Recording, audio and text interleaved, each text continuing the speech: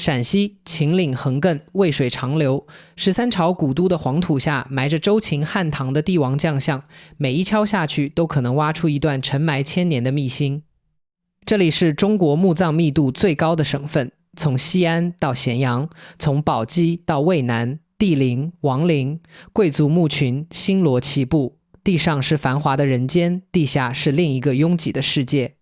千百年来，改朝换代，战乱屠戮，天灾饥荒，无数生命在这片黄土地上化为白骨。有人说陕西的风是凉的，因为那风声里夹杂着2000年前的低语。有人说陕西的夜特别长，因为每一寸地下都住着不愿安息的人。今天我们就来一口气看完陕西流传最广、最让人脊背发凉的5件恐怖灵异事件。在所有陕西灵异传说中，秦岭隧道事件绝对排在第一把交椅。事情要从1995年说起。那一年全国上下大兴土木，为了打通秦岭天堑，改善山区交通，上级拍板要在秦岭大山里开凿一条大隧道。然而工程刚启动，诡异的事情就接二连三的来了。第一桩怪事，挖掘机无缘无故熄火。刚调来的大型挖掘机明明检修完好，一进隧道就自动熄火，喊来厂家维修人员反复排查，电路正常，油路正常，发动机正常，就是查不出毛病。换一台新机器，结果一样，只要推进隧道必熄火。工人们心里发毛，有老村民悄悄建议去隧道口东南侧烧炷香试试。施工队半信半疑地找了个地方，点了香烛拜了拜。怪了，香烧完之后，挖掘机恢复正常了。但这只是开胃菜。随着隧道越挖越深，噩梦才真正开始。有一天，隧道深处突然涌出大量巨蛇，最细的也有成年人胳膊粗，粗的跟水桶差不多。蛇群密密麻麻地往外爬，工人吓得扔下工具就跑。上面领导听完汇报却不以为然。秦岭深山老林里有蛇，有什么大惊小怪的？他们下令用挖掘机把蛇全部挖起，装进翻斗车运走处理掉。工人们硬着头皮操作，整整装了3大卡车，整个隧道弥漫着腥臭味。惨剧在7天后降临，当初负责处理巨蛇的那几名施工人员在隧道里集体发疯了，他们争先恐后地用自己的头往一块大石头上猛撞，全部当场身亡。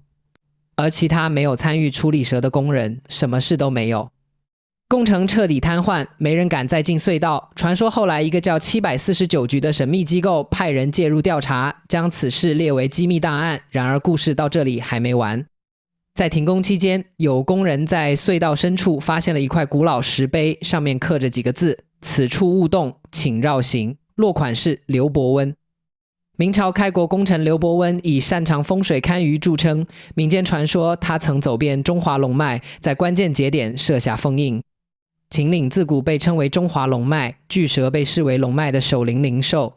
当巨蛇被残杀，石碑被破坏，龙脉封印一旦被惊动，后果不堪设想。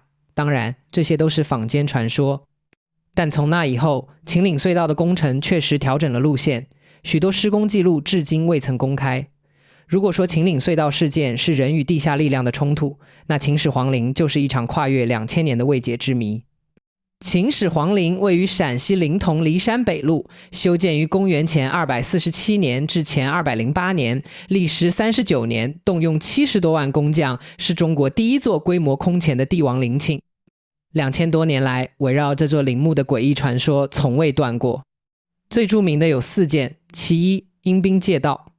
上世纪70年代，骊山脚下的村民多次声称，每逢大雨天，地宫方向会隐约传来人喊马嘶的喧嚣声，像是千军万马在地底下操练奔跑。有老人说，那是秦始皇的阴兵在巡陵。秦末，项羽率10万大军欲盗掘始皇陵，兵马刚挖开一条通道，突然地动山摇，墓道中涌出无数身披铠甲、手持利器的秦军幻影，项羽军吓得溃散而逃，再也不敢觊觎陵墓。自此民间便有了阴兵借道、生人勿近的说法。其二，陵墓飞燕。三府故事中记载，楚霸王项羽挖掘始皇陵时，墓中突然飞出一只金色的雁形器物，向南飞去，消失在苍穹之中。几百年后的三国时期，日南太守张善竟然得到了这支金燕，上面的铭文确认正是当年从始皇陵中飞出的那件器物。一只精造的机械雁如何在无人操控的情况下飞行数百年，这至今是个谜。其三，水银地下河。据《史记·秦始皇本纪》记载，秦始皇陵地宫中以水银为百川江河大海，考古学家在封土堆上检测到异常高浓度的汞含量，证实地宫中确实存在大量水银，总量可能高达上百吨。水银剧毒且易挥发，这既是防盗的致命武器，也是地宫至今无法发掘的直接原因。有人用科学探测后发现，汞异常分布呈现出类似中国地图的形状，与百川江河大海的记载隐隐吻合。其四，紫玉关事件。这是流传甚广的灵异传说，据说有考古队进入一处盗洞，在墓道中发现一具惨死的尸体，显然是被墓中机关所杀。继续深入后，他们发现了一顶紫玉冠饰，据说是秦始皇为纪念一位他所宠爱的戏子而制作的。一名队员伸手去触碰玉冠的瞬间，整个墓穴剧烈震动，石壁崩裂，眼看就要坍塌，众人拼了命往外逃出。此事虽无正史记载，但在民间流传极广。2000年过去了，秦始皇陵依然安静地躺在骊山脚下，从未被完全打开。科学探测表明，地宫结构保存完好。那些深埋地下的秘密，到底是真的机关重重，还是另有不可言说的原因？恐怕只有等到将来才会揭晓。离开帝王陵寝的阴森，我们把目光转向21世纪的西安都市。在一栋曾经人潮涌动的大楼里，流传着一个令人不寒而栗的鬼故事。西安赛格电脑城位于雁塔路与南二环十字西北角，2000年1月16日开业，是西北最大的 IT 卖场。巅峰时期年销售额破1000亿元，日人流量最高达4万人次。但在这座见证了西安人25年数码记忆的大楼里，流传最广的不是哪款电子产品，而是一个叫做夺命电梯的故事。事情发生在一个星期一的早晨，一个叫林景的姑娘睡过了头，匆匆忙忙赶到公司等电梯。到了1楼，电梯门开了，她冲了进去，发现里面已经站着一对母女。母亲穿着冬天的碎花大棉袄，扎着普通的发髻，女儿约莫7、8岁，扎着2个羊角辫，乖巧可爱，看打扮像是从外县来的。电梯缓缓上行到4楼，忽然一阵剧烈抖动，灯光一灭，停电了。林景慌了，拼命按报警按钮，但没有任何反应，手机也没有信号。他在黑暗中试着和那对母女说话，母亲只是低声回应了一句，小女孩没有说话。时间1分1秒的过去，电梯里越来越闷，越来越冷。不知道过了多久，可能是几个小时，也可能是一整夜，电梯门突然自己打开了，外面是走廊的灯光。林景跌跌撞撞冲了出去，回头一看，电梯里空空如也，那对母女消失了。第二天，他才从同事口中听说了2年前的一桩惨事，有一对从陕南农村来西安给女儿看病的母女，在这栋大楼里坐错了电梯，被困在故障电梯里。当时正值周末，大楼里几乎没有上班的人。等周一保洁人员发现时，母女俩已经永远地闭上了眼睛。而林景那天早晨在电梯里遇到的那对母女，穿着的衣服、样貌和老员工们的描述完全一致。这个故事后来在西安被无数次口口相传。有人说，深夜加班的人偶尔还会在那部电梯里遇到一对沉默的母女。有人说，那部电梯后来被彻底封存，不再使用。也有人说，那不过是杜撰的都市传说。但有一个事实是真的，2025年运营了整整25年的西安赛格电脑城正式关闭，这座承载了无数西安人青春记忆的数码圣地彻底落幕。而夺命电梯的故事作为一座城市的集体记忆，仍然在每个午夜悄悄流传。在陕西与甘肃交界的深山老林中，流传着一种令人胆寒的现象，阴兵过路，当地人管它叫山响。传说每逢雷雨交加、雾气弥漫的夜晚，秦岭某些山谷中会突然传来千军万马奔腾的声音，人的怒吼，战马的嘶鸣，刀剑碰撞的铿锵声，仿佛一场远古的战争正在山谷中重演。但定睛一看，山谷里空无一人，只有风声和雨声。更离奇的是，有目击者称，曾在深夜驾车穿越秦岭山区时，突然接到前方传令，关闭车灯，熄灭火源。紧接着一道微弱的光源从远处飘来，不在公路上，而是在旁边湍急的河面上。那是一队古代士兵的虚影，举着火把沿着河道悄然行军，从你身边经过时，还能感受到一股刺骨的寒意。等这队人马走远，一切又恢复了正常，仿佛什么都没发生过。人们把这种景象叫做阴兵过路。老一辈人说，那是古代战争中的亡魂，阴气太重，执念太深，无法进入轮回，只好在人间一遍又一遍重复生前最后的画面。秦岭自古就是兵家必争之地，从秦灭六国到三国争霸，从唐末乱世到明末李自成起义，无数将士倒在这片大山里，他们的魂魄至今仍未消散。比阴兵过路更神秘的是1987年的秦岭村庄消失事件。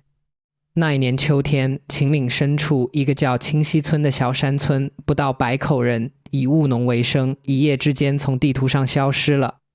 不是地震，不是洪水，不是山体滑坡，而是真真切切的消失。整个村子连同村民、家禽、家畜全部离奇不见。村子里灶台上还有半碗发霉的米，桌上的碗筷还摆着，床上的被子叠得整整齐齐，仿佛村民们只是出门串个亲戚就会回来，但事实上再也没有人见过他们的踪影。最让人细思极恐的是，有传说称当晚清溪村上空出现了大量不明发光物，有人说是 UFO， 有人说是神秘的航空器。事发后，一个代号925的神秘机构迅速介入，封锁了现场，将事件列为机密档案，对外只称自然灾害导致集体迁移。然而这个解释显然无法让人信服。多年后，有探险者深入秦岭寻找清溪村遗址，发现原址已被茂密的植被覆盖，村庄的痕迹几乎荡然无存，唯一剩下的是村口一块刻着奇特符号的石碑，孤零零地立在荒野中。清溪村到底发生了什么？那只神秘的925机构查到了什么？那个村庄的人们去了哪里？没有任何人知道答案。有人说这与秦岭龙脉有关，有人说涉及国家机密工程，也有人说那就是一场真正的超自然事件。但不管真相如何，1987年的秦岭村庄消失事件已经成为中国神秘学领域最经典的未解谜案之一。陕西的恐怖灵异事件不仅仅属于秦岭隧道和秦始皇陵，在三秦大地无数个平凡的村庄里，流传着更加细碎、更加奇怪、更加贴近土地的民间怪谈。死猫挂树头，死狗弃水流。关中农村有一条老规矩，猫死了不能埋进土里，必须挂在树上；狗死了不能埋，必须扔进水里。如果你去陕西农村，偶尔会在路边的老槐树上看到已经干缩的猫尸，千万别觉得奇怪。老人们说，猫有9条命，死后如果不挂起来，它会吸收地气活过来，变成猫妖。科学上无从解释，但这个习俗在关中农村执行了几百年，至今仍然有人遵守。土坑里锄地的人。蓝田县是古人类遗址所在地，这里的土地下面埋着的东西超乎想象。有村民讲过这样一件事，某天大中午，他在地里干活，抬头看见不远处的田里有2个人弯着腰在锄地。他喊了一声没人理，就走过去想打个招呼。走到近处一看，田里空无一人，四周一片寂静，但地上的锄头印子还是新鲜的，像是刚刚有人干完了活才离开。大白天的，总不至于见鬼吧？他吓得扛起锄头就跑回了家。老人们管这叫撞客，大白天的撞见了不该撞见的东西，碰上了轻则大病一场，重则丢魂失魄。长安古墓盗洞里的女人。陕西遍地是古墓，盗墓贼更是自古以来就不少。有一个在长安区流传很广的故事，几个盗墓贼看中了一座古墓，趁着月黑风高，打了盗洞钻进去。到了墓室，他们看到棺材旁边坐着一个女人，穿着古代的服饰，长长的黑发垂到地上，背对着他们一动不动。几个人吓得魂飞魄散，连滚带爬地逃了出来。第二天天亮，他们再回去看时，洞口已经塌了，再也进不去了。有人说那个女人是墓主人的魂魄，她守在那里，等着自己的夫君来与她合葬。